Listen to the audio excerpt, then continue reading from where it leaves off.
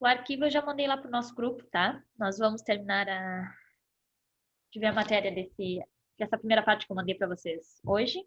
E aí já tá lá o material. Na verdade, a gente vai começar a utilizar uma apostila que eu vou passar para vocês também.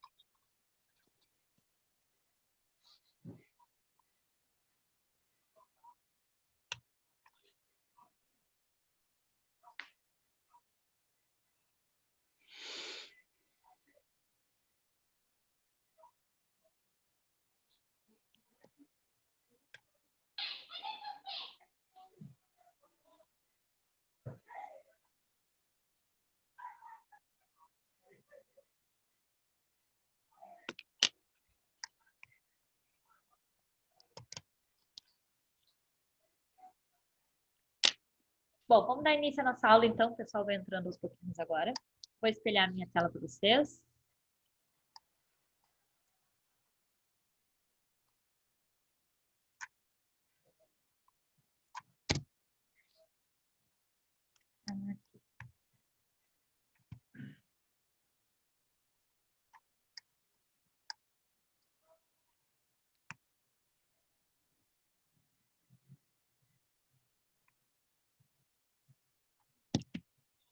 Abriu normalmente para vocês aí, certo?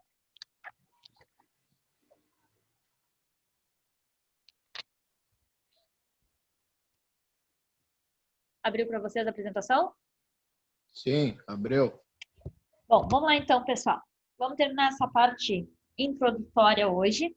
E amanhã a gente começa a falar dos instrumentos de medição propriamente ditos, tá? Vamos falar um pouquinho de métodos de medição e mais um pouquinho sobre unidades, tá? Como nós lidamos com unidades. Amanhã a gente entra na parte de cálculo de unidades. Vamos aprender a fazer então as transformações das unidades dentro da mesma grandeza e começar a fazer umas leituras. Primeiro nas réguas graduadas e depois paquímetros, micrômetros, relógios comparadores. Vamos lá então. Vou aumentar aqui.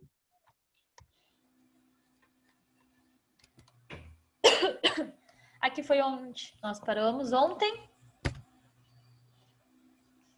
E aqui nós começamos a falar de métodos básicos de medição. São 3 os principais métodos de medição. Se compararmos os instrumentos de medição que utilizamos hoje, sempre vai acabar caindo em um desses métodos. O primeiro método, mais básico, é o método de indicação. Os sistemas de medição, que utilizam o método de indicação são construídos em forma a tornar perceptível, tá? Para o usuário, um efeito proporcional ao valor mensurado. Normalmente produzem a deflexão de um ponteiro ou o incremento do valor de um mostrador digital. Os métodos de indicação são aqueles que são mais perceptíveis, tá? Eles não são tão precisos, mas eles são de fácil visualização. Quando que eu uso esse método? Quando eu preciso fazer leituras simples e principalmente rápidas. São aqueles métodos como, por exemplo, um termômetro de temperatura, um visor de nível de óleo, né? A precisão dele não é muito alta, até porque quem pondera ali somos nós, né? Quando tem um medidor de nível de óleo, pode ter só os limites máximos e mínimos, pode ter uma régua graduada no meio, alguns ponteiros, né, para nos dar uma noção de se está na metade do nível, um pouquinho acima, um pouquinho abaixo, mas a leitura é muito visual. Então, ela é imprecisa. E, em contrapartida, é rápida, tá? Próximo método de comparação, tá? O método de comparação, ele determina o valor do mensurando comparado com um artefato cujo valor de referência é muito bem conhecido. Procura-se, então, compor uma medida materializada com valor conhecido equivalente ao mensurando, de forma que ambos, atuando sobre o mesmo um dispositivo de comparador, né, indiquem a diferença zero. Mensurando é aquele valor que eu estou medindo. Nós vamos usar muito essa nomenclatura, tá? No método de comparação, eu sempre vou ter um padrão. Esse padrão, ele precisa ser de qualidade, tá? Eu não posso, por exemplo, em um sistema de medição preciso, comparar. Estou fazendo medições de peças. Essas peças têm que ter em torno de 1 quilo.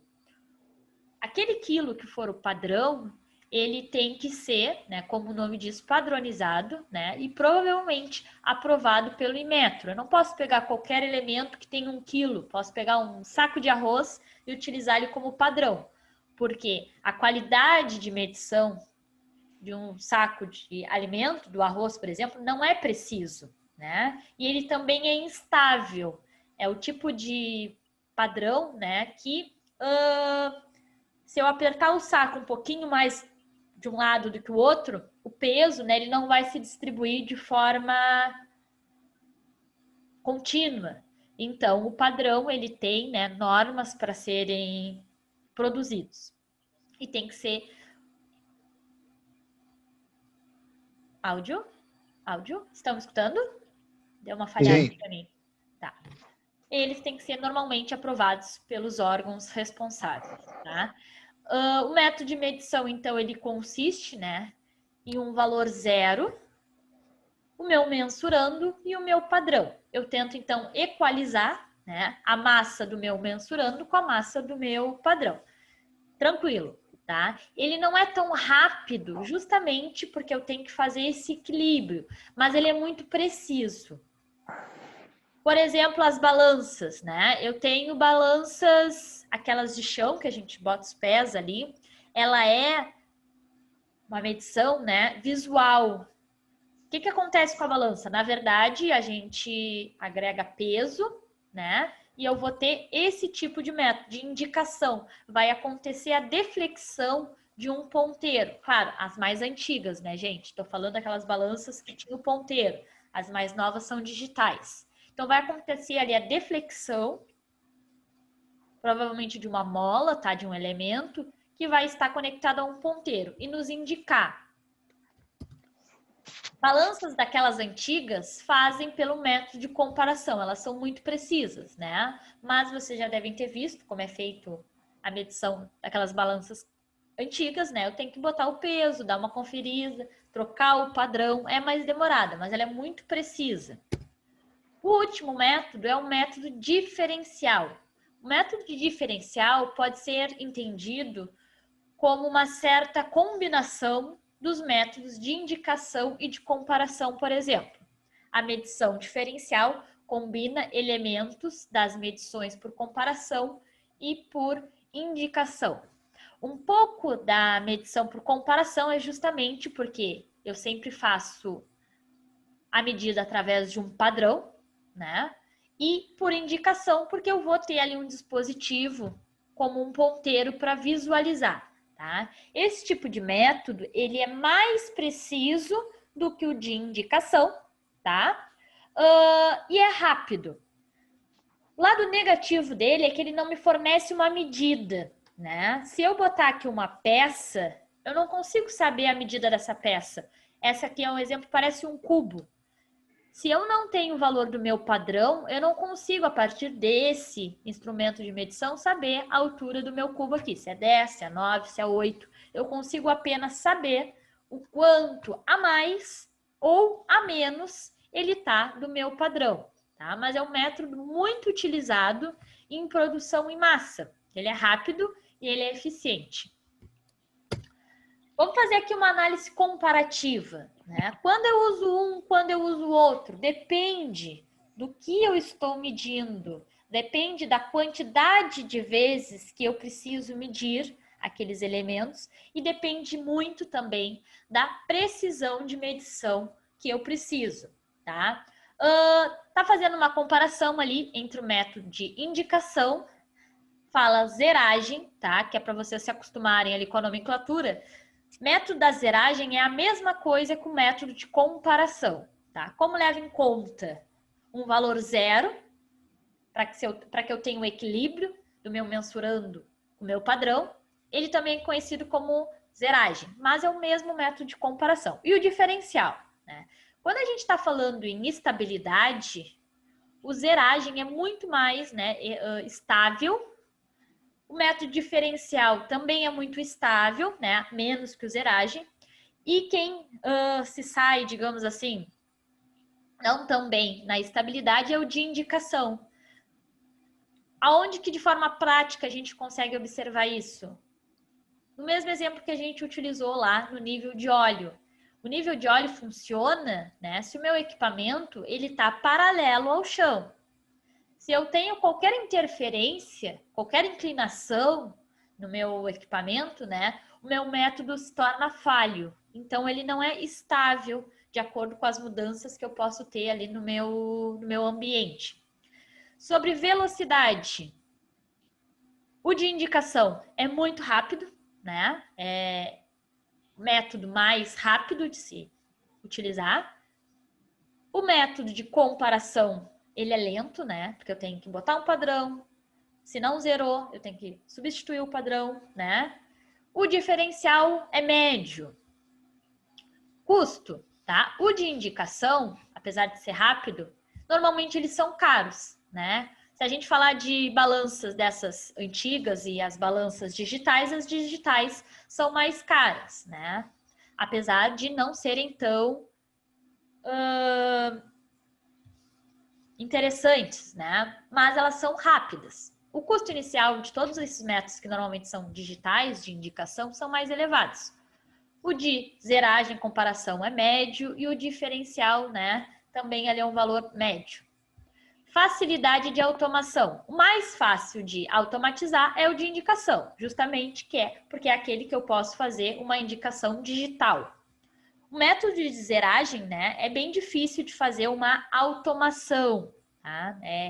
Preciso ali de um indivíduo que faça a comparação. É difícil de ter um método de aplicar, né, digitalmente um método de comparação. E o diferencial é intermediário.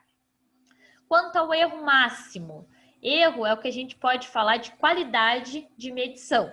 Quanto menor o erro, né, melhor é a minha medição.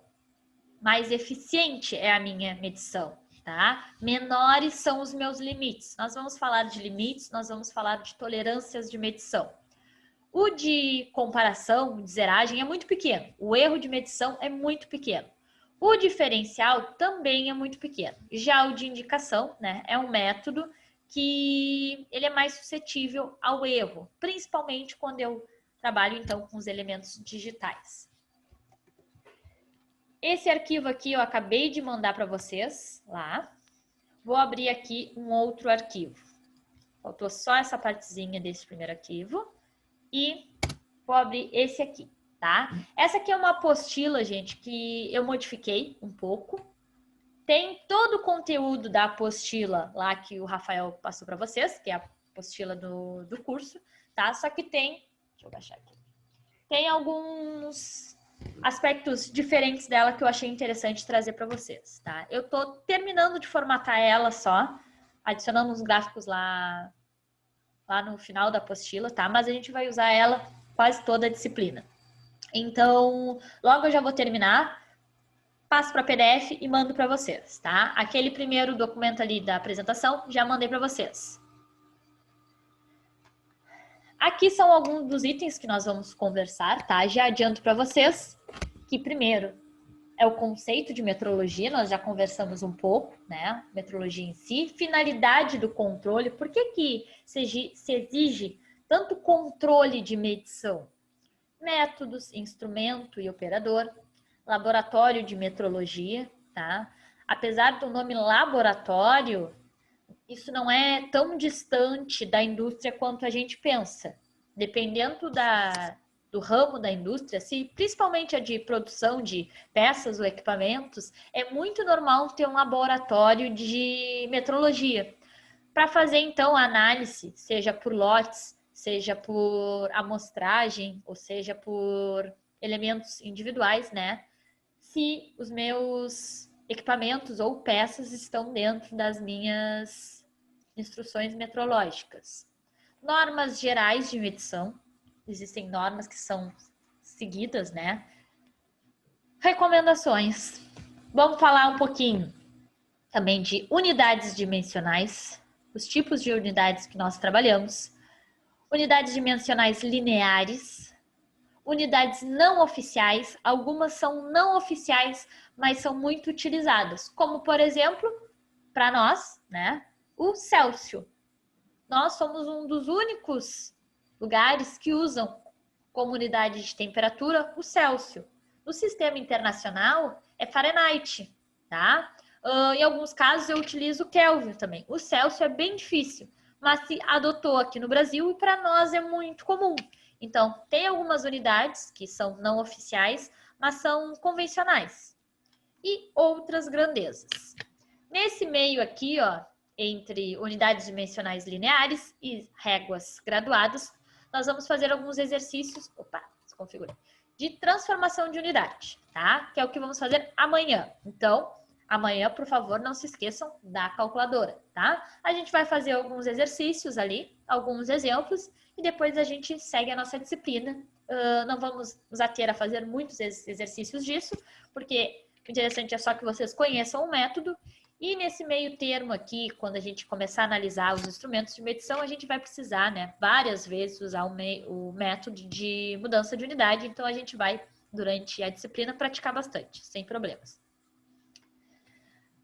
Quanto aos instrumentos de medição, o que nós vamos ver? Vamos ver régua graduada, tipos, usos, as leituras. Vamos ver os paquímetros nos dois sistemas. Vamos falar sobre micrômetros também, micrômetros e paquímetros normais, micrômetros e paquímetros de precisão.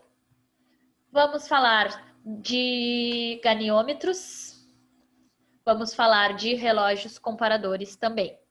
E por último, né, a gente vai falar um pouquinho de tolerância dentro das normas ISO.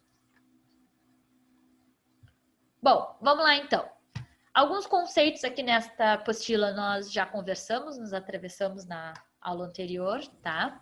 Mas essa aqui vai ser a apostila oficial de vocês daqui para frente. Então, o que nós conversamos já vou passando mais rápido. Bom, metrologia. A metrologia, então, aplica-se a todas as grandezas determinadas e, em particular, as dimensões lineares e angulares, tá? Do ponto de vista mecânico, essas são as principais dimensões das peças mecânicas. Nenhum processo de usinagem permite, né, que se obtenha rigorosamente uma dimensão prefixada. Por essa razão, é necessário conhecer a grandeza do erro tolerável, que é o quanto é admissível que eu fuja das minhas dimensões pré-determinadas, antes de se escolher os meios de fabricação e controle convencional, tá? A gente vê metrologia principalmente antes de ver processos de usinagem, tá? Porque processos de usinagem não depende apenas do que mecanicamente eu tenho disponível, como por exemplo, eu tenho uma furadeira. É um método de usinagem, vai fazer, né, orifícios circulares. Eu tenho um torno mecânico, tá? Não depende só da minha disponibilidade de equipamentos, mas também, né, do meu erro tolerável. Alguns equipamentos têm melhor controle. Deixa eu abrir aqui. Alguns equipamentos têm melhor controle dimensional do que outros. E eu não estou me referindo à qualidade de equipamentos, né? Claro que pode existir um torno novo, ele vai ser mais preciso, um torno mais antigo, ele não vai ser tão preciso, né? A diferença de equipamentos tem uma atuação, né, direta sobre o meu erro tolerável. Principalmente, quanto mais novos, melhores são meus erros. Mas não é só a qualidade do meu equipamento, mas também o tipo de equipamento. Dependendo do meu erro tolerável, das dimensões e da precisão metrológica que eu preciso, tem alguns dispositivos de usinagem que eu não consigo chegar, tá? Pode ser que futuramente se construa equipamentos com essa capacidade metrológica, mas atualmente, nem que eu compre o melhor, tá? Eu consigo chegar naquele controle dimensional tão grande, tá? Isso serve também para os processos de conformação. Alguns processos de conformação possibilitam, né, dimensões mais controláveis, outros nem tanto. Finalidade do controle. O controle, né, não tem por fim somente reter ou rejeitar os produtos fabricados fora das normas.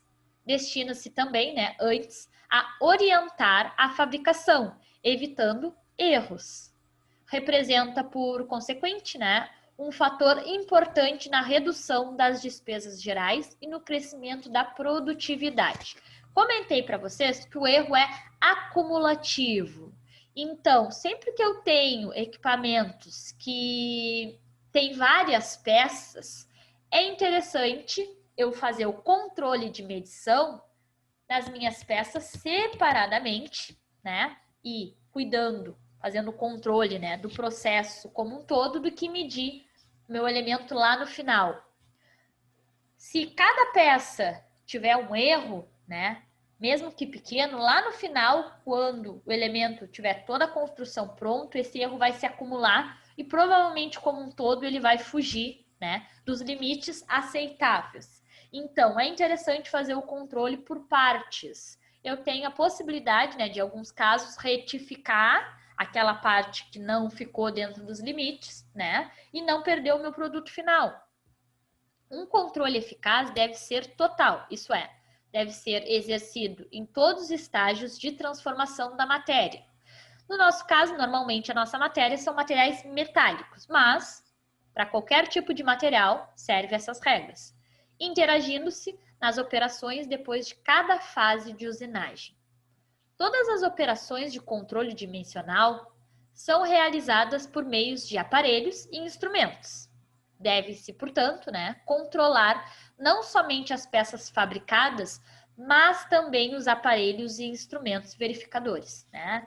Certos elementos de medição seguem, né, um controle metrológico e é preciso que eles estejam graduados, né, para que a minha medição não perca a minha qualidade.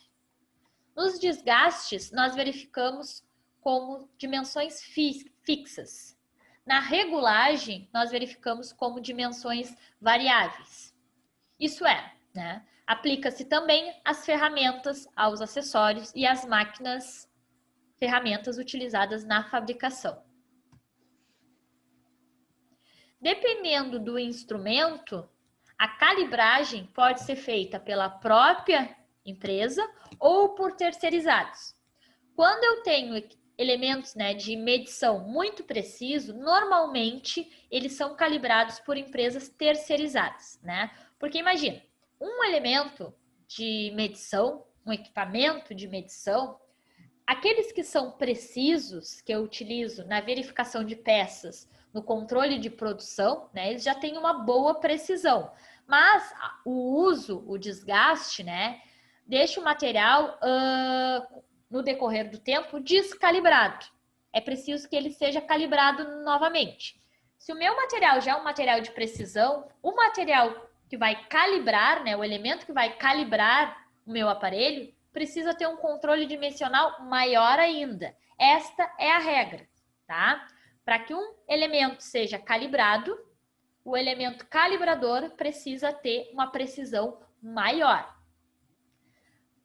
Os elementos de medição utilizados na prática, na indústria, normalmente eles já têm um valor elevado. Toda vez que eu tenho que fazer a calibragem dele, Normalmente, financeiramente, é mais interessante, né, ter uma empresa terceirizada do que ter dentro da minha empresa, né, um laboratório que seja capaz de calibrar com equipamentos mais caros ainda e com uma mão de obra qualificada para fazer essa calibragem. Medição. O conceito de medir em si, né, traz uma ideia de comparação. Isso nós já conversamos um pouco. Como só se podem comparar coisas de mesma espécie, cabe apresentar para a medição a seguinte definição, que, como as demais, estão sujeitas, né, à contestação. Medir, então, é comparar uma dada grandeza com uma outra da mesma espécie, tomada como unidade. Foi o que nós falamos. Dentro de uma mesma grandeza, eu posso ter várias unidades. Então, todas aquelas unidades que estão dentro da mesma grandeza são capazes de serem transformadas. Uma contestação que pode ser feita é aquela que se refere à medição de temperatura, porque nesse caso não se comparam grandezas, mas sim estados, tá? É a única grandeza que é um pouquinho mais complexa, porque ela tem diferentes estados, né? Quando a gente está falando da grandeza comprimento, o comprimento, né, é conceitualmente único. Comprimento é a distância entre dois pontos, né? Não é contestável. Quando eu estou falando de temperatura, a medição dela é contestável porque existem diferentes fases. Eu tenho na água fase líquida, sólida e gasosa, tá? Ou vapor. Então, apesar dos três terem diferentes temperaturas, estão em fases diferentes também. Então, é uma das únicas grandezas que são contestáveis. A expressão, né, medida de temperatura, embora consagrada, porque a gente fala isso, né, vai medir a temperatura, parece trazer em si alguma inexatidão. Além de não ser grandeza, ela não resiste também à condição de soma e subtração, que pode ser considerado implícita, né, na maioria da definição de medir. Quando se diz que um determinado comprimento tem 2 metros, pode-se, né, afirmar, então, que ele é a metade do outro de 4 metros. Pode-se afirmar, entretanto, né, quando a gente está falando de temperatura, não podemos afirmar que 40 graus centígrados é 2 vezes maior que 20 graus, tá? Quando a gente não pode fazer essa concepção de soma ou de subtração, perde um pouco de conceito de medição. Portanto, né, para se medir um comprimento, deve-se primeiramente escolher outro que sirva como unidade e verificar quantas vezes a unidade cabe dentro do comprimento. É por isso que eu tenho como unidade 1 metro. Né? Eu vou medir alguma coisa, eu vejo quantos metros cabem dentro dessa minha coisa. Por exemplo, vou medir a minha casa. É 10 metros. Então, quer dizer que eu poderia colocar, né, no comprimento 10 metros. Em temperatura, isso não é equivalente. Unidade. Entende-se por unidade um determinado valor, né, em função do qual outros valores são enunciados. Usando-se a unidade metro, por exemplo, pode-se dizer que qual é o comprimento de um corredor? Tantos metros. A unidade é fixada, por definição, e independe do prevalecimento de condições físicas, né? Só no caso específico de um temporal. E aí eu perco as paredes da minha casa, se tá chovendo, se tá sol, se tá quente, se tá calor, né? O comprimento dela vai ser inalterado, vai ter os mesmos 10 metros. Algumas unidades, né, sofrem alteração com algumas condições físicas, como, por exemplo, temperatura, a pressão. É uma unidade que ela é condicionada à temperatura. Quanto maior a temperatura, maior a pressão. Então, condições físicas alteram a minha unidade. O padrão. O padrão é a materialização, né, algo sólido da minha unidade.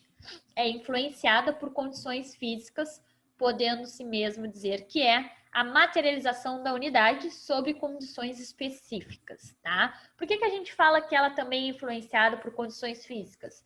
Se a gente usar lá o exemplo da balança, né? O ideal é que eu tenha um instrumento, né? Pode ser antigo, mas tem que ser feita uma manutenção adequada para a condição física dele estar boa. Se eu tenho os meus padrões, aqueles meus pezinhos lá, todo oxidado, o meu padrão perdeu a qualidade, né? A oxidação vai ser deteriorização da matéria ali e o meu padrão vai tender, né? Se oxidado, a diminuir de peso, né? A massa vai sendo menor. Então, ele está suscetível ao meio. Sobre método, instrumento e operador. Um dos mais significativos índices de progresso em todos os ramos, né, da atividade humana é a perfeição dos processos metrológicos que neles se empregam. Principalmente no domínio de técnica, a metrologia é de importância, né, indimensionável. O sucessivo aumento de produção e a melhoria de qualidade requerem um ininterrupto desenvolvimento e aperfeiçoamento na técnica de medição. Quanto maiores são as necessidades de aparatos, ferramentas de medição, e são os elementos capazes, né, de tornar, então, a medição algo que influencia diretamente no processo. Existe uma tendência à padronização de vários elementos, tá?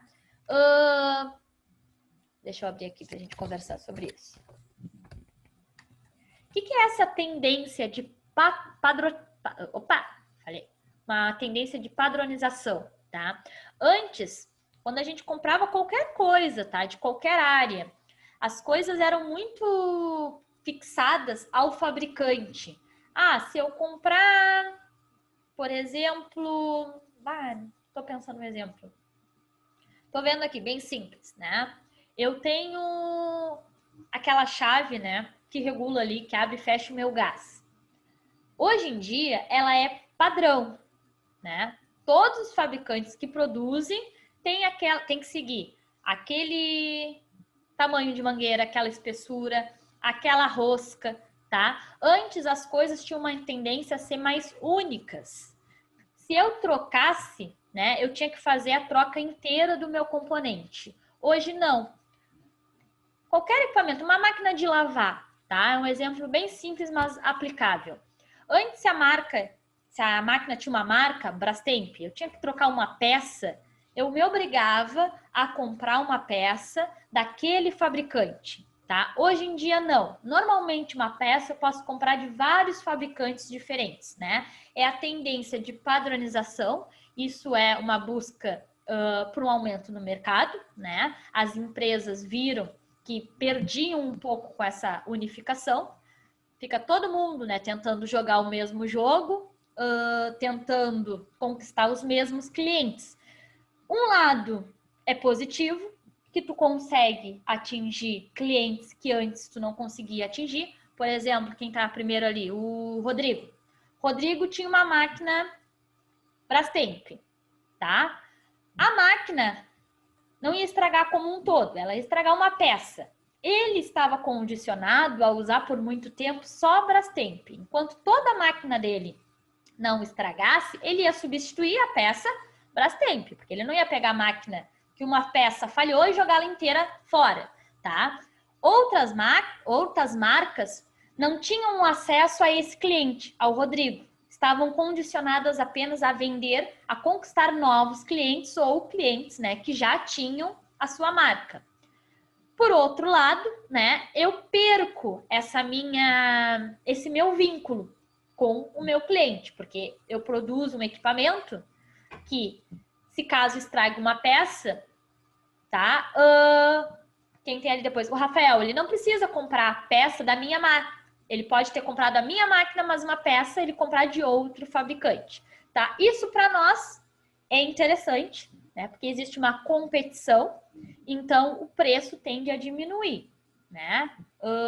Isso em todas as áreas de produção, sejam mecânicas ou outras áreas nem tanto. Mas para isso é necessário um controle metrológico com qualidade, senão eu não consigo pegar a peça lá que o Rodrigo precisaria da marca dele, tá? E produzir na minha empresa. Imagina, ele produz de um tamanho, eu produzo de outra. Aí quando alguém compra, encaixa no equipamento dele, não encaixa no meu, tá? Então, existe uma tendência muito grande à padronização de várias coisas, tá? Hoje em dia já se padronizou muitas coisas que antes eram particulares das indústrias, tá? De determinadas marcas. E essa tendência é cada vez mais padronizar. E para isso eu preciso ter um controle metrológico adequado. Sobre os controles os métodos de medição, né? O direto, o que é o direto? Consiste em avaliar a grandeza por medir, por comparação direta com instrumentos, aparelhos e máquinas de medir.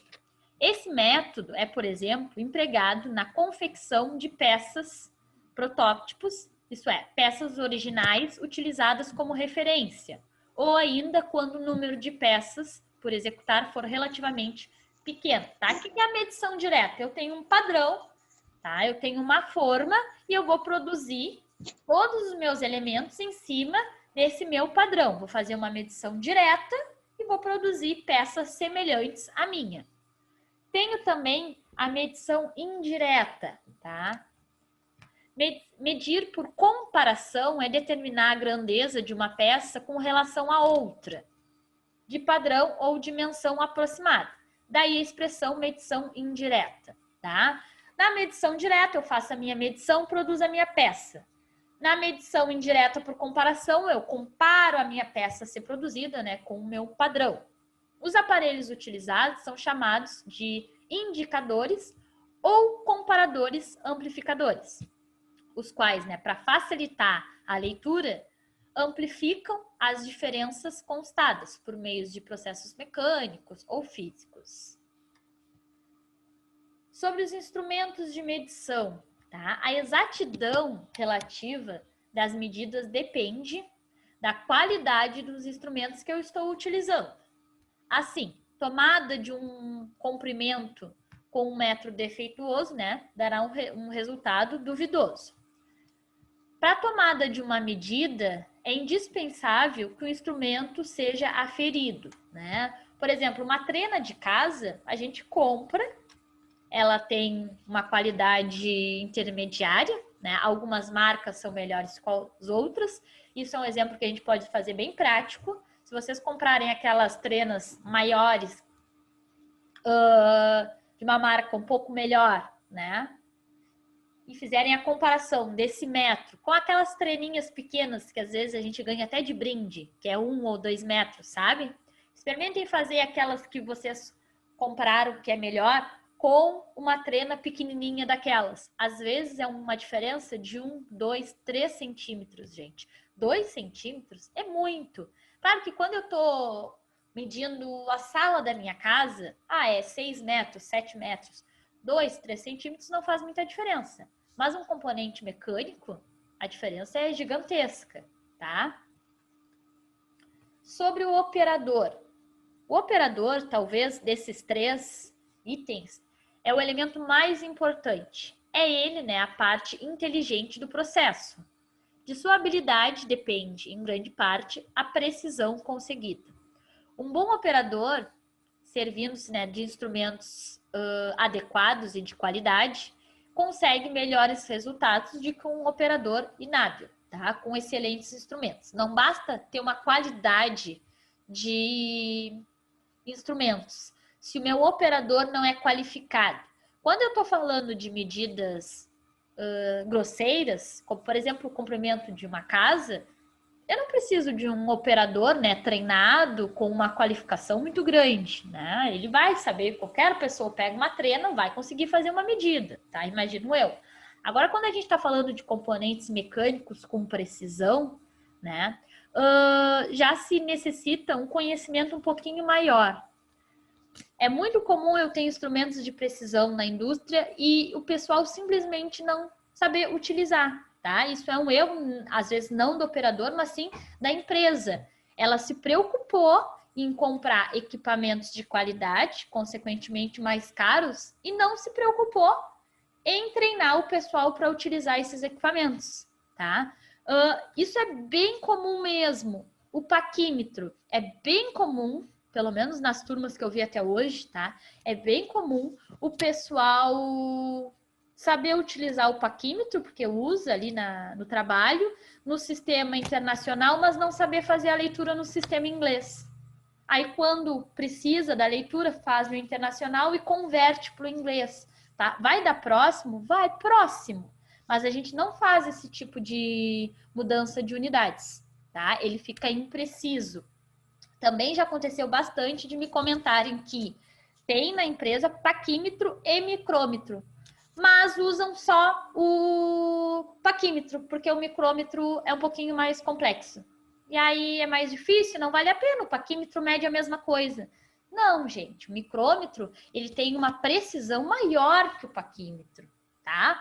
Alguém pecou ali, ou foi a empresa em comprar o micrômetro sem a necessidade, ou foi, né, o processo que pecou em não medir com o instrumento adequado. O adequado seria o micrômetro, porque ele tem uma precisão maior, e o pessoal está medindo com o paquímetro, tá? Porque é mais fácil. Deixa eu pensar em outros exemplos que o pessoal acabou me conversando. Ou se não, tem os dois, né, e acaba utilizando o digital, porque a leitura é mais rápida. Dependendo do que eu vou medir, o digital é bacana porque ele é bem rápido, tá? Se eu não preciso de uma precisão muito grande, é bem rápido. Aonde que o pessoal fala que usa bastante paquímetro digital e é interessante? Quando vai fazer a verificação do tamanho de parafusos, tá? Eu não estou medindo o meu parafuso, eu estou descobrindo ali na hora qual é o parafuso. Esse é um 7/8, esse é um 3/4, né? Então eu faço a medida ali rapidinho, leio, é o 7/8, é o 3/4. Então, eu estou fazendo a identificação. Aí uma coisa, eu posso usar o paquímetro digital, né? Só para identificar quem é quem ali, porque dependendo da medida, são muito próximas, visuais, eu não consigo de olho saber a medida de todos os parafusos, tá? Mas se eu for fazer a medição, o digital não é interessante, tá? É necessário utilizar o analógico. Sobre o laboratório de metrologia. Nos processos de produção, é bem comum terem os laboratórios de metrologia dentro da indústria. Eles não são muito complexos, tá? Eles não são para aferir os instrumentos, e sim, né, para fazer o controle de medição dos elementos ou equipamentos. No caso de medição de peças muito precisas, né, tornam-se necessários uma climatização no local. Esse local deve satisfazer as seguintes exigências, tá? Tem que ter uma temperatura constante, 1 grau, né, higrométrico correto, né, que é uma quantidade de oxigênio no ar ideal, mas isso a gente controla com a temperatura, não é algo de outro mundo. Ausência de vibrações e oscilações, isso é muito importante. Espaço suficiente, boa iluminação e limpeza, tá? Se fala muito nas condições de limpeza dos equipamentos. Em alguns graus de qualidade de medição não é tão importante, outros tá? Às vezes, se eu estou fazendo uma medição, dependendo, né, do estado da minha peça, ela pode ser comprometida ou não pela limpeza da minha peça, principalmente nos elementos metálicos, né, que estão suscetíveis à corrosão, à oxidação que fica em torno ali da peça. Sobre algumas influências, então, temperatura, umidade, vibração e espaço. A Conferência Internacional, né, fixou que é 20 graus Celsius a temperatura de aferição dos instrumentos destinados à verificação as dimensões e formas, tá? Em consequência, o laboratório deve ser mantido dentro dessa temperatura, sendo tolerável a variação de mais ou menos 1 grau Celsius. Faz-se necessária a instalação de reguladores automáticos. A umidade relativa do ar não deve ultrapassar 55 graus Celsius, tá? Isso é algo fora da realidade para nós. Nossa umidade relativa é sempre acima de 70%, bem normal, mais ou menos 80%, tá? Esse nível de qualidade a gente está falando para laboratórios, tá? A gente aplica normalmente de uma forma mais prática, mas é necessário que a gente tenha conhecimento também das normas. A umidade relativa do ar não deverá ultrapassar os 55%, é aconselhável instalar um equipamento que ele regula a umidade, né? O próprio ar-condicionado também tem essa capacidade de controle de umidade, cuja propriedade química, né, retira ali o cloreto de cálcio, a utilização do cloreto de cálcio também diminui a umidade relativa do ar. Para se protegerem as máquinas e aparelhos contra a vibração do prédio, forram-se mesas e tapetes com borracha, com espessuras de 15 e 20 milímetros, tá? Quanto ao controle de vibração, isso já é mais comum, tá, gente? Porque dependendo do que eu estou produzindo, eu tenho uma vibração, né, perceptível no meu solo. Então, é interessante que eu tenha, né, no equipamento ou no lugar que está segurando o meu equipamento, esses calços de borracha, porque a vibração, sim, interfere de uma forma bem significativa na minha medição. Iluminação e limpeza. A iluminação já é algo mais criterioso, né? Deve ser uniforme, constante e disposta de maneira que evite o ofuscamento. Nenhum dispositivo de precisão deve estar exposto ao pó, para que não haja desgaste e para que as partes ópticas, né, não fiquem prejudicadas por constantes de limpeza. Tá? A limpeza também influencia muito naquelas medições visuais. Quando eu utilizo, né, algumas lentes, por exemplo, eu vou fazer o aumento da verificação ali do leitor. Portanto, a sujeira, né, vai implicar na minha visualização. Sobre normas gerais de medição. Medição é uma operação simples, porém só poderá ser bem efetuada por aquele que se preparam, né, para fazê-la. O aprendizado de medição deverá ser acompanhado por um treinamento, quando o aluno será orientado a seguir as normas gerais de medição. Essas aqui são as normas recomendadas, tá?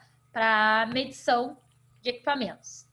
Tranquilidade, limpeza, cuidado, paciência, senso de responsabilidade, sensibilidade, finalidade de posição medida, instrumento adequado e domínio sobre o instrumento, tá? Alguns desses itens são muito, vamos dizer assim, bibliográficos, né? Mas são as recomendações técnicas, né? Agora, como que eu vou recomendar para que o meu trabalhador, né, tenha tranquilidade? Não é algo que eu consiga exigir, né? O cuidado, o senso de responsabilidade, o instrumento e o domínio do instrumento, tudo bem, né? Agora, tranquilidade é algo que foge um pouco da nossa alçada. Mas as recomendações técnicas são essas. Os instrumentos de medição são utilizados para determinar, né, grandezas. A grandeza pode ser determinada por comparação e por leitura em escala ou régua graduada.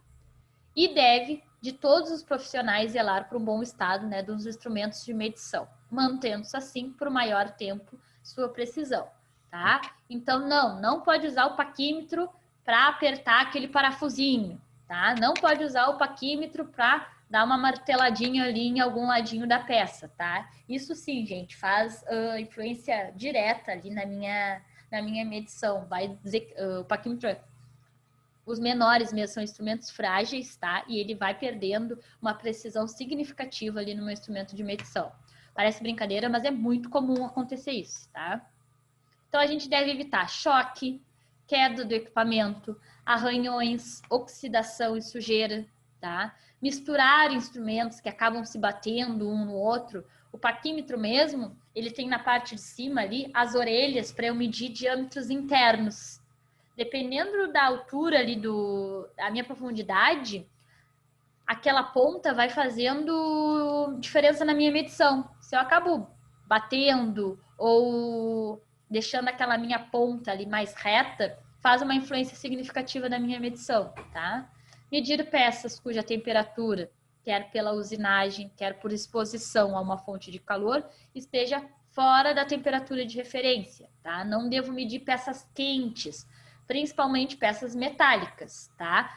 Não vai derreter, porque é metal. O metal vai fundir a 1500 e poucos graus Celsius, tá? Mas o metal tem como característica dilatação térmica. Às vezes é significativa a dilatação térmica. Não vai ser um metal muito quente a ponto de eu não segurar. Às vezes tá só um pouco quente, mas aquilo ali basta para ter uma dilatação. Muito gelados também, tá? O metal também tem, isso para nós aqui serve. Assim como ele dilata no calor, ele contrai com o frio. Cuidados: use proteção de madeira, borracha ou de ferro para apoiar os instrumentos. Lá jogo da minha bancada, tá? Deixe a peça adquirir a temperatura ambiente, caso ela foi aquecida ou resfriada. Sobre unidades dimensionais, vamos falar um pouquinho das unidades. As unidades medidas dimensionais representam valores, né, de referência. Eles permitem o quê? Expressar as dimensões dos objetos, realizar a leitura de desenhos mecânicos, como por exemplo, confeccionar e em seguida controlar as dimensões desses objetos, utilização de equipamentos e instrumentos. Por exemplo, a leitura da Torre Eiffel, ela é de 300 metros. A espessura de uma folha de papel é 30 micrômetros, tá? São unidades que eu vou aprender a usar os múltiplos e os submúltiplos. Sobre o sistema métrico decimal. O metro, né, unidade fundamental no sistema métrico, foi criado em 1795. É praticamente igual à 10ª-milionésima parte do quarto do meridiano, tá? Foi essa a criação do primeiro metro. Definição do metro, né? Nós falamos sobre isso. Todas as definições de unidades devem ser possíveis de projeção, seja onde eu estiver. Eu devo conseguir fazer, né, aquele experimento e com ele, né, adquirir a unidade métrica mensurada. Falamos sobre a unidade do metro, isso nós já falamos. Aqui, ó, entra a parte dos múltiplos e submúltiplos do metro, tá? Nós normalmente falamos metro, quilômetro, centímetro e milímetro, tá? Mecanicamente falando, é muito comum a gente falar sobre os submúltiplos. Micrômetro, nanômetro, picômetro, tá? Mais do que isso é um pouquinho mais difícil, mas daqui, ó, aqui em equipamentos mecânicos é bem comum, tá? Os múltiplos também. O que eu uso muito? 10⁹, gigametro. O que eu uso muito? Terrametro, que é o terra, 10⁻12, né? Quando eu estou falando de tensões de subestações, como por exemplo da CE aqui, é muito comum usar tensões em terra. É 12 teravolts, tá? Então, são múltiplos e submúltiplos que a gente vai utilizar bastante, mas a gente lida dentro dos instrumentos de medição, normalmente, esses itens aqui, ó, metro, decímetro, centímetro, milímetro e micrômetro, tá?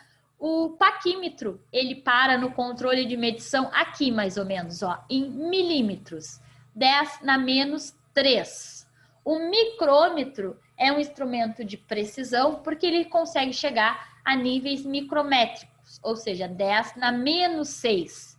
Esse -6 quer dizer que eu tenho, né, 6 zeros para o lado negativo, né? Menos 0,00001.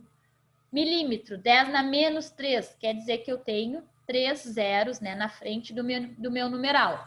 Sempre 0, uma vírgula e depois o restante dos zeros. 0,01 metro, tá? Opa, fechou a minha tela aqui.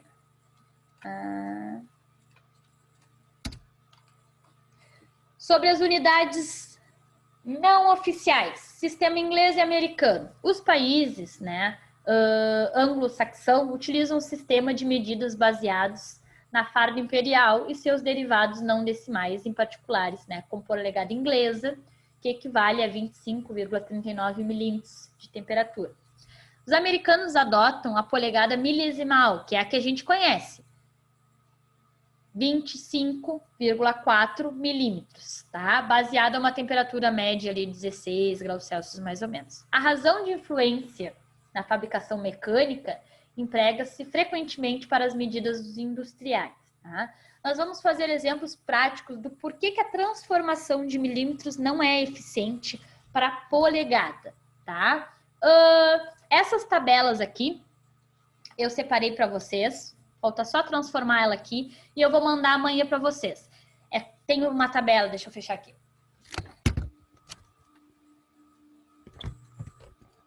São tabelas de unidades, tá? Vai ter as principais unidades de todas essas grandezas que nós falamos. Principais unidades de grandeza de comprimento, de temperatura, de pressão e de transformação, tá? De forma prática, como a gente vai calcular, foi até um pouquinho mais rápido do que eu imaginava, mas a gente deixa para ver amanhã. Essa primeira parte, principalmente a parte hoje, que a gente fala muito de normas, ela é um pouquinho chatinha. Eu sei disso, aceito, sei que vocês devem estar pensando isso, tá? Mas é essencial que a gente veja toda essa parte introdutória, tá? E um pouquinho de normas. Daqui para frente, sim, fica um pouquinho mais legal, espero eu.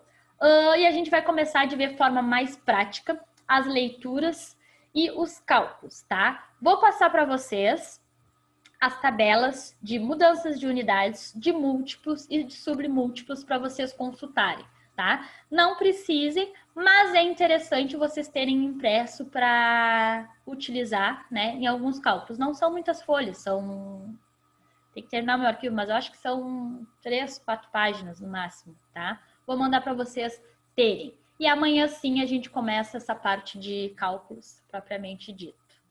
Combinado, pessoal?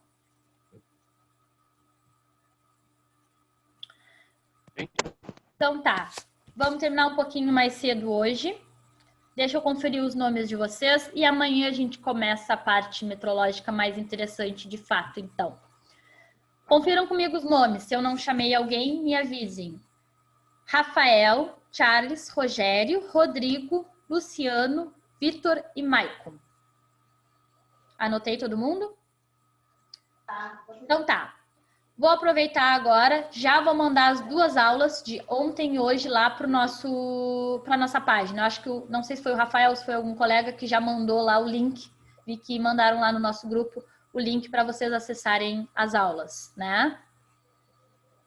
O Luciano me mandou ali. Então tá. Eu perguntei mais cedo. Todas as nossas aulas ficam lá, tá? Depois dei uma olhada. Não só a minha disciplina, mas todas as aulas vocês vão encontrar lá. Inclusive as disciplinas do pessoal que já teve, tá? Vou terminar esse material aqui para vocês e vou encaminhar para vocês, tá? Amanhã começamos a calcular de fato, então. Então tá, gente. Boa noite para todo mundo. Até amanhã. É a calculadora científica, né? Isso. Precisa para amanhã? Isso. Tá. Amanhã tragam suas calculadoras, tá? 20 pila paguei, 20 reais paguei no camelô hoje. Camelô, Rafael? Subiu um pouquinho. Isso, 20 reais. Subiu um Tô pouquinho. daqui, ó. Amanhã, né? Isso. Já tem uns 3 anos já. É a Kenko e a... Ó, dele já é um pouquinho melhor, dele já é HP. A Não, minha, mas é do camelô também. É do camelô mas também. Gente, se eu contar pra vocês da HP, vocês vão rir. Fiz o técnico, a calculadora essa normal, fiz o técnico integrado, ainda era mais tempo, durou todo o tempo. Nem a pilha eu troquei, gente, nem a pilha eu troquei. Então, eu sempre falo pra vocês, ó, subiu, tá 20 reais. A Paraguation é 20 reais, oficial, não sei, nunca tive, tá? Eu formei com aí.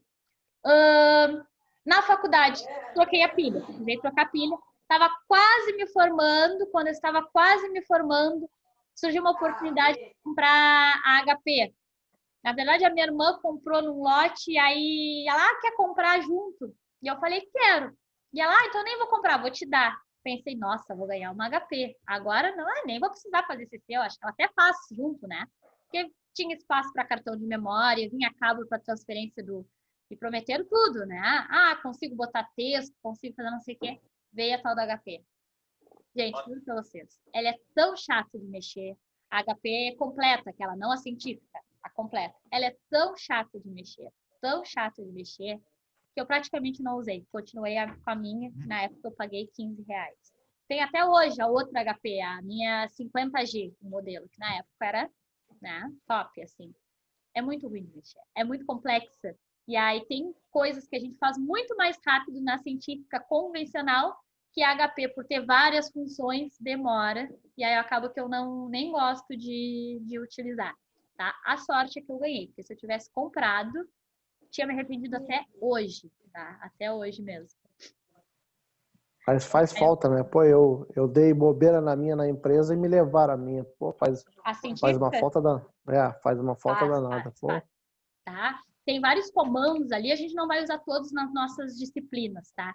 Mas tem vários comandos ali que quem mexe um pouquinho já deve saber, mas quem não mexe, gosta de passar para vocês, porque, claro, se eu vou fazer um cálculo é muito rápido, mas se eu faço uma sequência de cálculos, tá? Ela economiza muito tempo. São funções que a gente começa a pegar com a prática, tá? Então, por isso que eu incomodo para utilizarem. Mas ela facilita muito e ela evita o erro, né? Eu sei que é fácil utilizar o celular aqui para calcular, mas a gente não enxerga direito o que a gente está fazendo ali. Então, é muito fácil o erro, tá? E ela tem comandos muito legais ali. Tu escreve um valor, quando tu quer usar esse valor, tu não precisa repetir, escrever de novo. Tem a opção de um comando que tu utiliza, o último valor calculado, que é o ANS, que tem aí no cantinho inferior direito da calculadora, não tem o ANS? Quando eu estou fazendo cálculos simultâneos, por exemplo, Sim, calculei uma medida, aí eu quero fazer 10 peças com essa medida. Depois que eu calculei a medida, eu quero multiplicar por 10. Eu não preciso copiar todo o valor de novo, eu posso usar só o ANS. O ANS é o último valor escrito. Entre outros vários comandos, tá? Que no início a gente acha muito complicadinho, mas depois facilita bastante. E aí é bem isso. Quem tem o vício de usar a científica, acha horrível de mexer, por exemplo, no celular, mas que faça, tá? Mas adquiram a sua aí. Aumentou um pouquinho, inflacionou, tá R$20 hoje, mas vale a pena, tá? E duram 5 anos essa pilha aí. Falo pra vocês.